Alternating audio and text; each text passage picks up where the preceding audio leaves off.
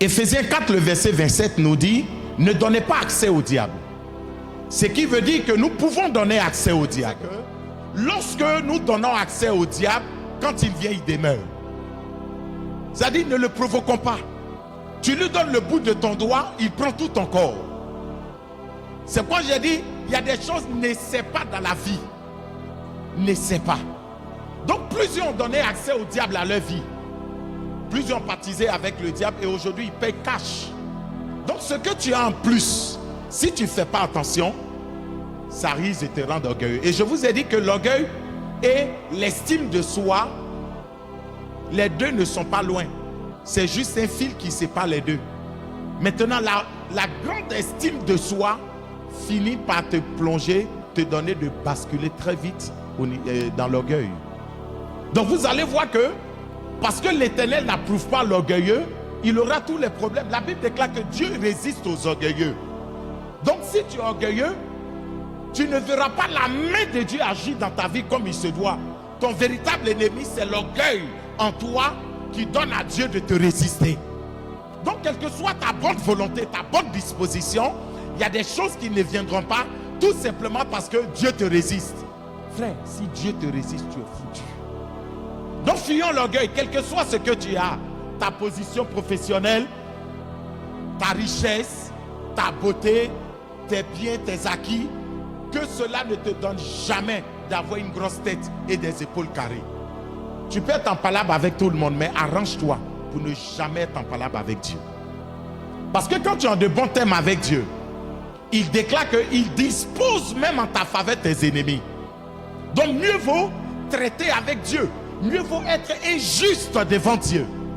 Je préfère m'entendre avec Dieu que de m'entendre avec les hommes et être ennemi de Dieu. Parce que si je m'entends avec Dieu et que les hommes sont mes ennemis, l'Éternel m'aidera à les combattre. Et je les vaincrai au nom de Jésus. Maintenant, si c'est dans le sens inverse, je m'entends plus avec les hommes et je suis en palabre avec Dieu, en conflit avec Dieu, je me pose la question, quel est cet homme-là qui m'aidera à combattre Dieu? C'est pourquoi on dit, si l'Éternel est pour moi, qui sera contre moi? Parce qu'on ne voit pas. Quel que soit, c'est-à-dire le nombre impressionnant de tes ennemis, Christ en toi fait déjà la majorité. Donc je préfère me séparer de certaines personnes qui nuisent à ma vie pour mieux m'accrocher au Seigneur. Mais je ne lâcherai pas le Seigneur pour m'accrocher à des hommes en réalité qui n'ont pratiquement rien à dire sur ma destinée. C'est quoi la vie chrétienne n'est pas une vie de complaisance. Je ne vis pas ma vie pour plaire à quelqu'un. Mais je vis ma vie pour être heureux.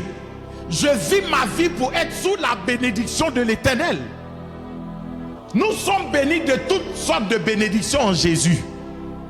Mais je sais que je n'achèverai pas ma vie telle que j'ai commencé. Dans 1 an, tu ne me retrouveras pas à la même position. Dans 5 ans, c'est grave. Pourquoi? Il y a des promesses de l'Éternel pour moi. Malheureusement, beaucoup n'ont pas cette compréhension, ils n'ont pas cette foi. C'est pourquoi les gens sont en train de courir par-ci, par-là, cherchant la bénédiction. Ils ne trouvent pas ça à l'église, ils vont même voir des marabouts parce qu'ils veulent être bénis. Mais en réalité, ils ne savent pas qu'ils sont déjà bénis. Christ est notre bénédiction. Maintenant, pour entrer dans ce que Christ a établi, il faudrait que tu sois en accord avec lui. C'est là notre plus grand boulot. Travailler sur nous-mêmes afin de ne pas être disqualifiés. Sinon, nous sommes déjà qualifiés. Maintenant, ce que l'Éternel a établi, tant que tu ne l'as pas encore saisi, tant que ce n'est pas encore devenu une réalité palpable et tangible dans ta vie, tu dois veiller sur ta vie afin de ne pas être désorienté. Maintenant, qu'est-ce que je veux te dire? Si tu es convaincu que l'Éternel t'a fait des promesses, il te reste à faire une chose: préparer ton cœur à la rencontre de cette bénédiction. Est-ce que vous savez qu'il y a des gens qui ne se sont pas préparés et la bénédiction les a détournés de Dieu? Alors aujourd'hui, là où je suis, quelqu'un, s'il a mangé, il est rassasié. Même si on dit le plus grand prophète interplanétaire, luno, mondialo, évangélique, Même s'il vient puis me dit, toi, tu es maudit.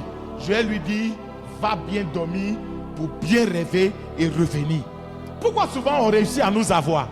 Souvent là, tu n'es pas maudit, c'est une question de temps. Dieu dit, je le ferai dans 10 ans.